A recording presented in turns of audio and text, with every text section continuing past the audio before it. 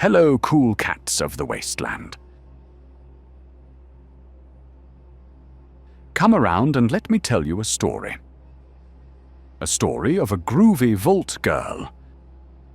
Her name is Erin, the Beatnik Vault-girl.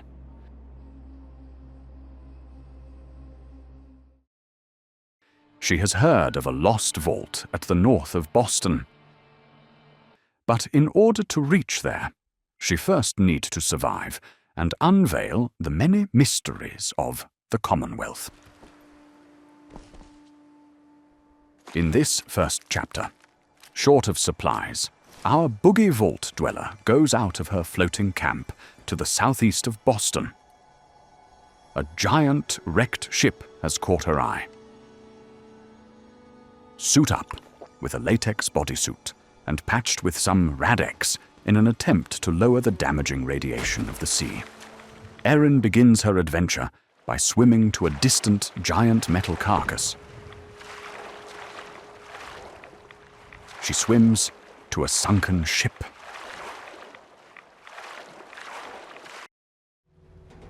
Just off the coast of Spectacle Island lies a wreck. A broken dream. The FMS Northern Star.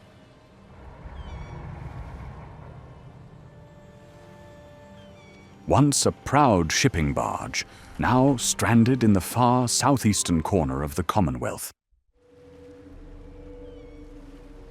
The ship's shattered hull is torn open.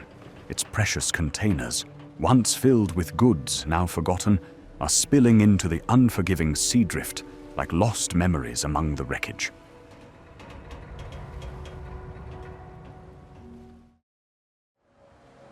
But the way is fraught with peril, for this place is a tomb and a fortress. The base of the ship is a winding puzzle of twisted metal, submerged wreckage, and forgotten machinery.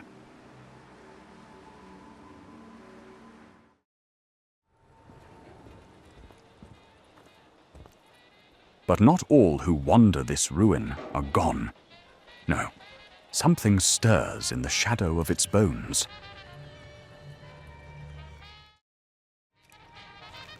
Mirelurks.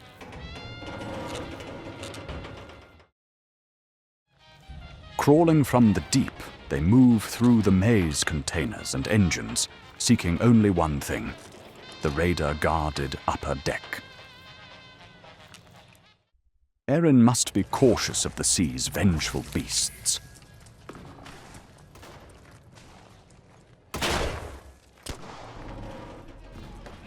Amidst the chaos, a faint pulse of life remains. A generator tucked in the forward hull, still humming with a fusion core. A glimmer of hope, or perhaps the last echo of an age long past. Radiation-spewing barnacles cling to the walls like parasites, poisoning the air with every breath.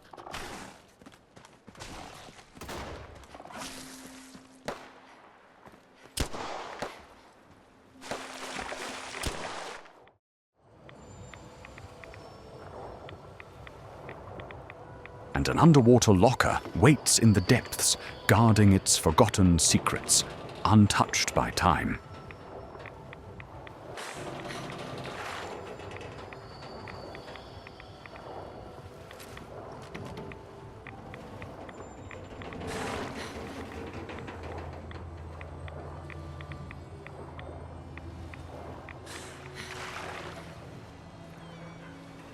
And beyond, in the ship's rear, Erin finds a suitcase that floats aimlessly upon the water, a reminder of a life abandoned.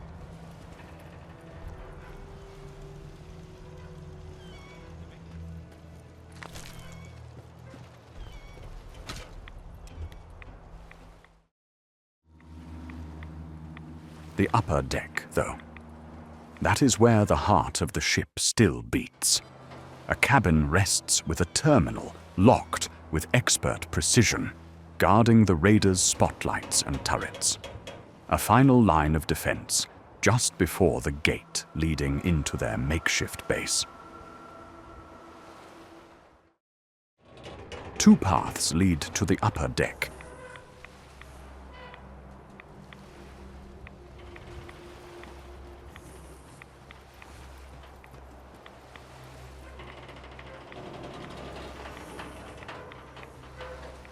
Erin is lucky enough to find the terminal commands written in English and skilled enough to unlock it. I'm in.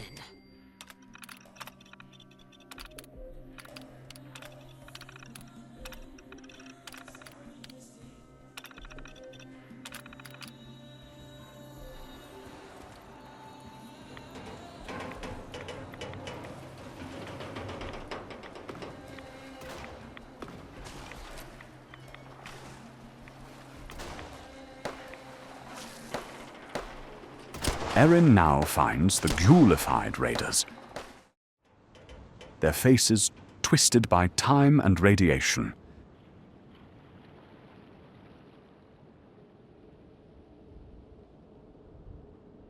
These cursed souls, forever bound to this rusted hulk, stand guard over what's left of their kingdom.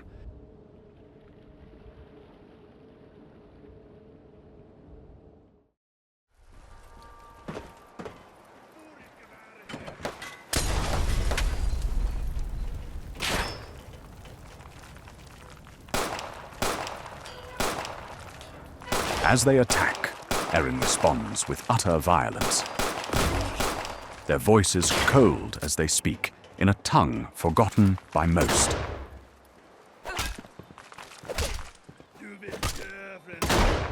Erin needs inspiration. She stops to play a banger track to slay the threads up front.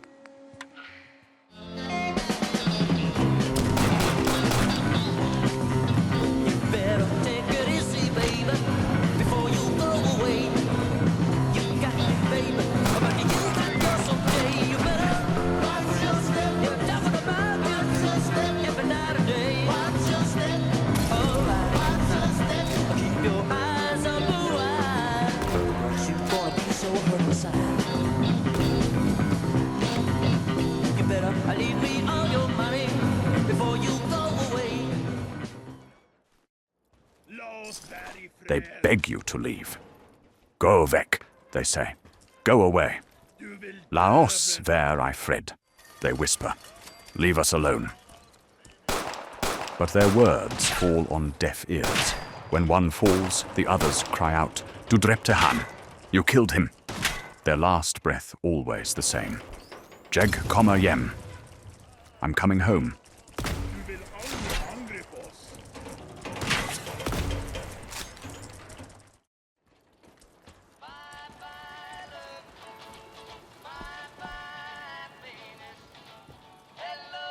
At the top, in the quarters of Rags, a mini nuke.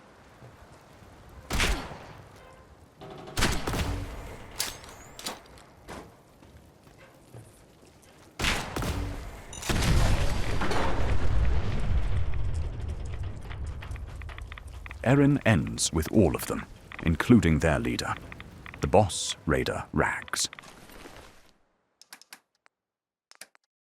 The remnants of those who lived here before, their hopes and fears, now reduced to twisted metal and radiation.